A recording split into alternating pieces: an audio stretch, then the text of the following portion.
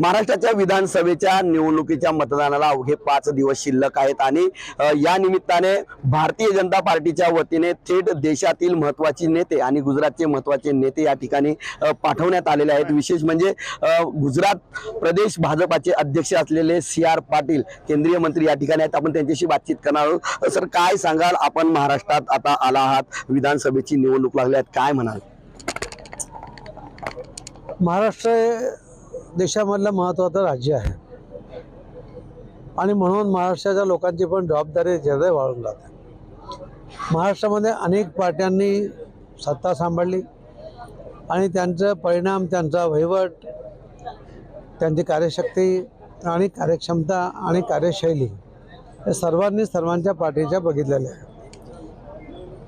माननीय प्रधानमंत्री श्री नरेंद्र मोदी साहेबांनी पण देशाचं सुकान सांभाळल्यानंतर 10 वर्षानंतर त्यांच्या दीर्घदृष्टीने त्यांनी 2047 मध्ये विकसित भारतचं एक कल्पना साकार करण्यासाठी प्रयत्न केला आहे आणि त्याच्यासाठी त्यांनी विकासाचे कामं हात धरली आहे।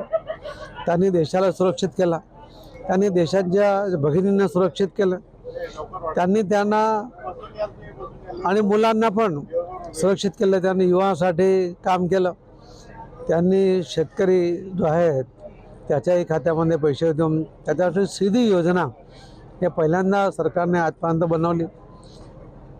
तो कोणत्याही वर्गाचा व्यक्ती असेल त्या सर्वांना काही ना काही फायदा मिळेल याप्रमाणे सीधी योजना त्यांनी केली।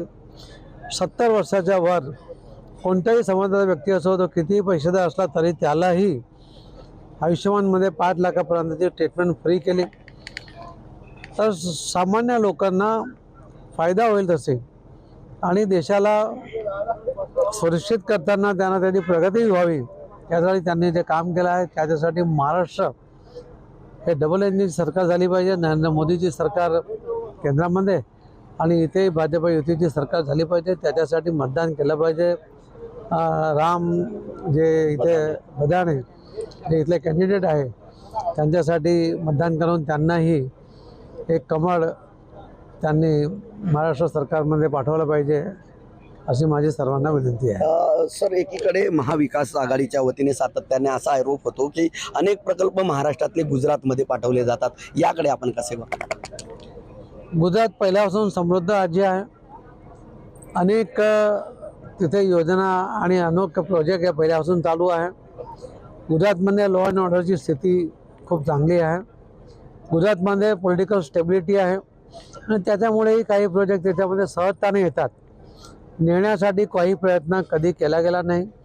पुष्कळ प्रयत्न नरेंद्र मोदी साहेबांनी अन्य स्टेटमध्ये प्रोजेक्ट गेले पाहिजे त्याच्यासाठी केलं आणि गुजरात सरकार वातावरण यांनी निर्माण करा तर इथेही पुष्कळ प्रोजेक्ट येतील।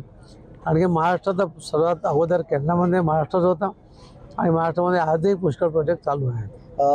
दुसरं असं आहे की महाराष्ट्रामध्ये एकूण महायुतीच्या किती जागा येतील आणि त्यात सर्वाधिक भाजपाच्या जागा किती येतील साधारण?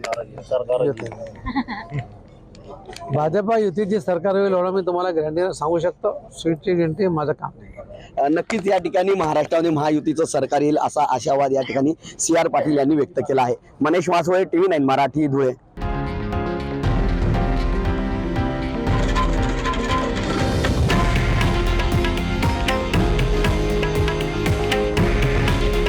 हे आहे देशातील नंबर 1 न्यूज नेटवर्क आणि आपण पाहत आहात TV9 मराठी।